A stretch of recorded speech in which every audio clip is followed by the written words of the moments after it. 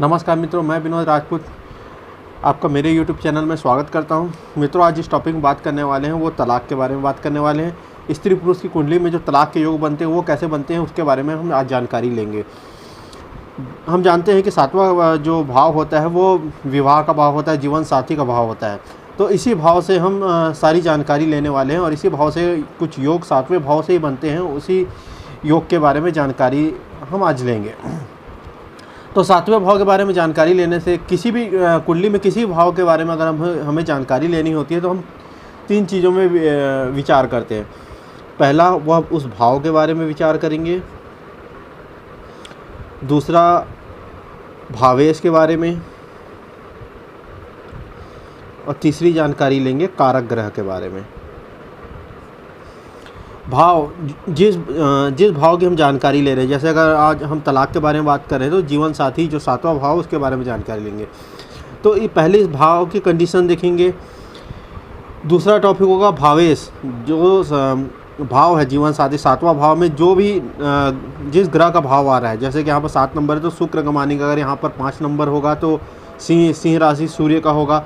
अगर यहाँ 4 नंबर लिखा होगा तो कर्क वो चंद्रमा की रहती होगी, चंद्रमा उसका भावेश बनेगा। इसी प्रकार मान लो कि ये तो मतलब मेष राशि की, मान लो कि मेष राशि की कुंडली होगी, मेष लग्न की कुंडली होगी।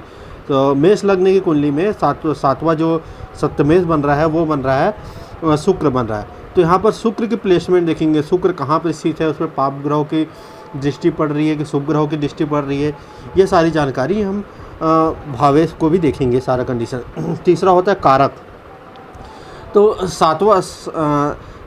सातवें भाव का कारक ग्रह कौन सा होता है? तो सातवें भाव का कारक ग्रह होता है शुक्र। तो इस शुक्र की कंडीशन भी देखेंगे, शुक्र की प्लेसमेंट भी देखेंगे, शुक्र कहाँ पर है। और एक और बात बताना चाहूँगा, शुक्र होता है पुरुष ग्रह के लिए, पुरुष के लिए शुक्र को देखेंगे। और स्त्री जातक के लिए शुक्र तो देखेंगे शुक्र के साथ साथ गुरु की प्लेसमेंट भी देखेंगे, क्योंकि स्त्री के लिए गुरु जो होता है पति का कारक होता है। तो जो शुक्र होता है वो स्थिर कारक ग्रह बोलते हैं, और जो गुरु होगा स्त्री जातक के लिए उसको चर कारक ग्रह बोलते हैं। तो स्त्री के लिए शुक्र और गुरु दोनों की प्लेसमेंट देखेंगे, पुरुष के लिए शुक्र की प्लेसमेंट देखेंगे, और भावेश कारक ये दो स्त्री जातक और पुरुष जातक दोनों के लिए देखते हैं। और उसके बाद जो क्रूर ग्रह हैं, जो पाप ग्रह जिसे बोलते हैं, वो 5 ग्रह होते हैं, सूर्य, शनि, राहु, केतु और मंगल। ये 5 ग्रह होते हैं। यही जो प्रॉब्लम आती है विवाहित जीवन में इन्हीं ग्रहों के कारण आती है। तो पहला देखते हैं सूर्य, शनि, राहु, केतु। इसको हम अगर 5 ग्रहों में अलग अलग डिवाइड कर रहे हैं तो सूर्य, शनि, राहु, केतु ये ग्रह अलग हो जाएंगे और मंगल, केतु को हम अलग रख देते हैं, क्योंकि सूर्य, शनि, राहु ये अलगाववादी ग्रह है। ये अगर जिस भी भाव में इनका प्रभाव रहेगा तो उस भाव से संबंधित जो भी अपने संबंधित संबंध है उनको विच्छेद करने की कोशिश करता है। और दूसरा जो होता है मंगल केतु ये क्या करता है, ये उस संबंधित व्यक्ति से हमारा जो संघर्ष उत्पन्न कर देता है, लड़ाई झगड़े का कारक है ये अगर अलगाववादी ग्रह है, ये अलगाववादी ग्रह में आ जाएगा और ये लड़ाई झगड़े का कारक हो जाएगा।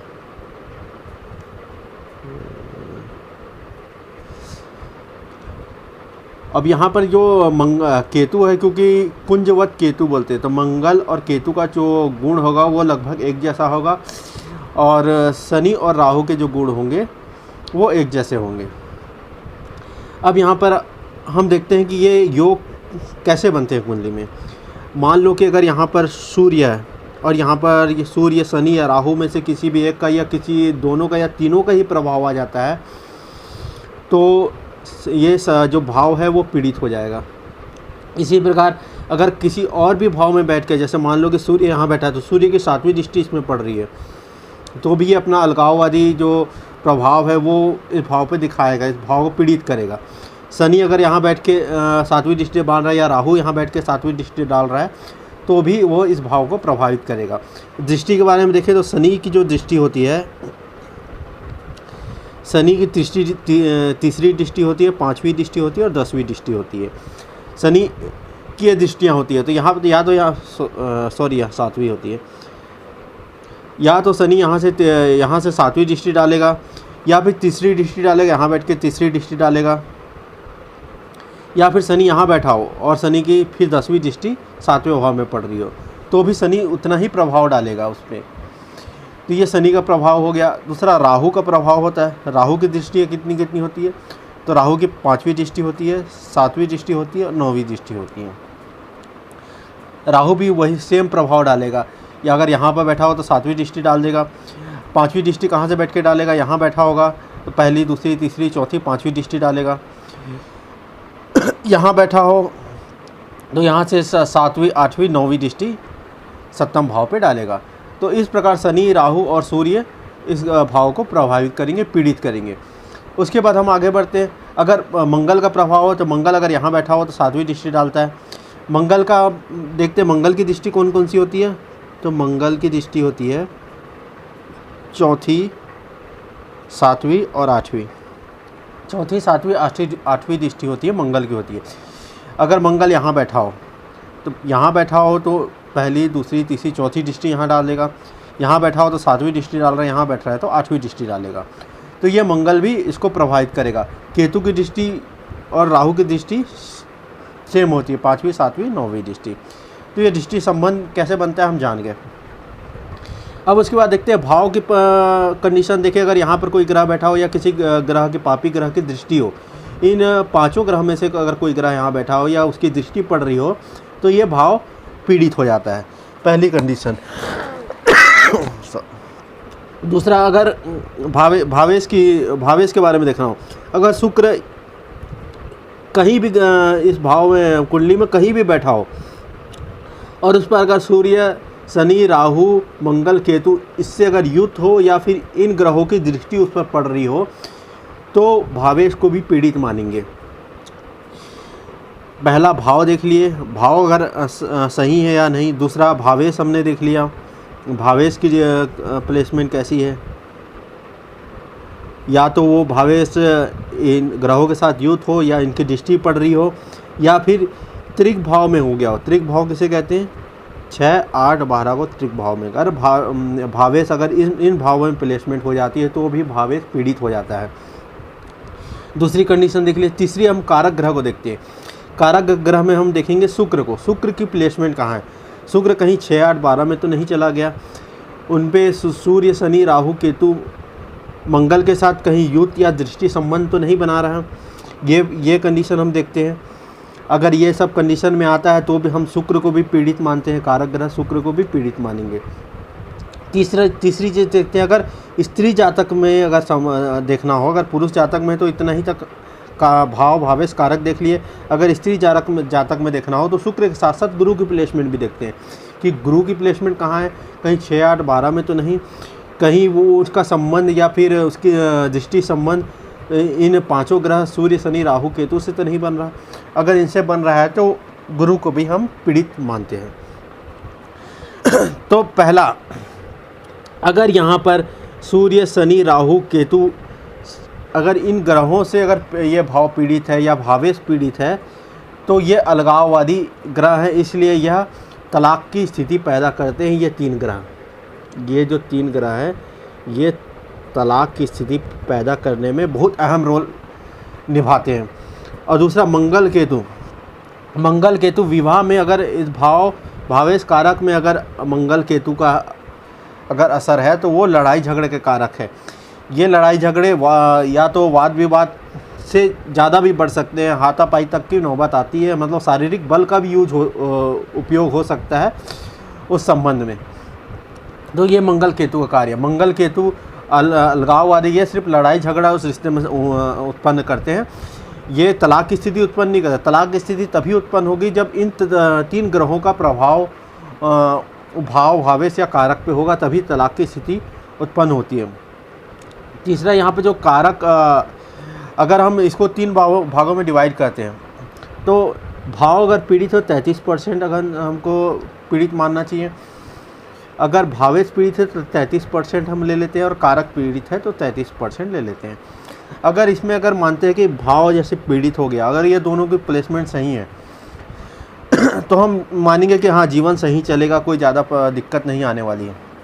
अगर इन दोनों में से कोई भी 2 चीज़ अगर पीड़ित हो जाती हैं, जैसे कि भाव भावेश पीड़ित हो गया, या फिर भावेश कारक पीड़ित हो गया, या फिर तीनों ही पीड़ित हो जाते हैं, तो उसके जीवन साथी का जो जीवन होगा उसे हम अच्छा नहीं मानेंगे।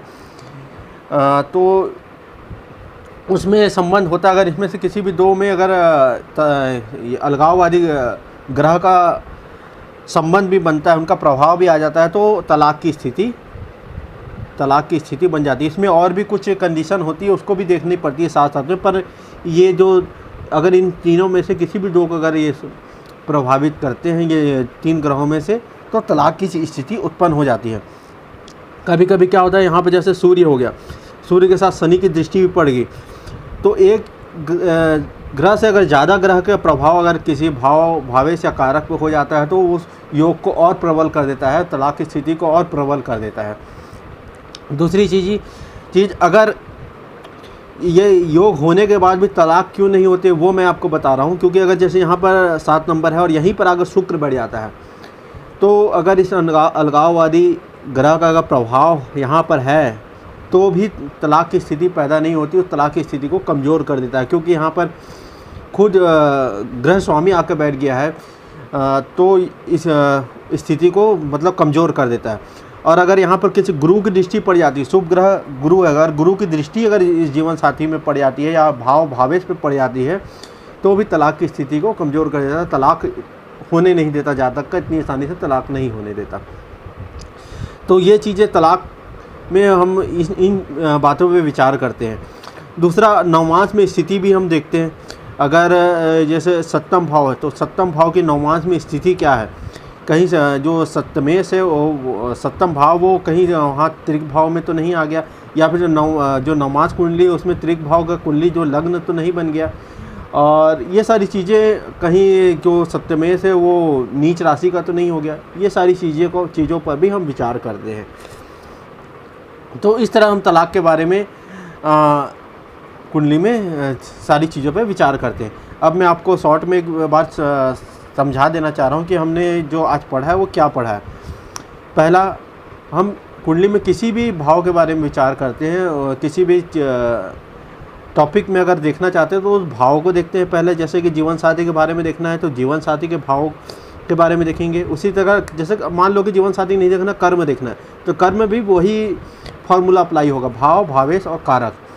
तो आज क्योंकि हम जीवन साथी के बारे में पढ़ रहे हैं, तो पहला भाव भावेश कारक, अगर ये तीनों की प्लेसमेंट शुभ है, इसमें शुभ ग्रहों का प्रभाव है, या फिर शुभ ग्रहों का प्रभाव नहीं है, अगर पाप ग्रहों का प्रभाव भी नहीं है, तो भी जीवन बहुत सुखद रहेगा, बहुत अच्छे से जीवन व्यतीत होने वाला है। स्त्री पुरुष जो पति पत्नी उसके संबंध भी अच्छे रहेंगे।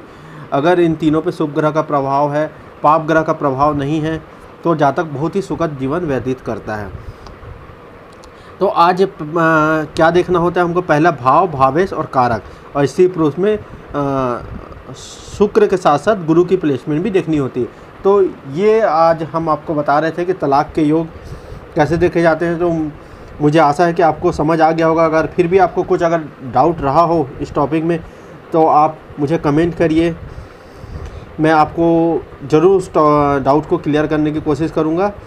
और आने वाले जो वीडियो में मैं आपको एक एग्जाम्पल कुंडली लेके तलाक योग कैसे देखते हैं, वो सारी चीज़ें एक एग्जाम्पल कुंडली के बेसिस पे मैं आपको समझाने वाला हूँ। ठीक है, आज का टॉपिक हम यहीं समाप्त करते हैं, मिलते हैं नेक्स्ट वीडियो में। ओके, धन्यवाद।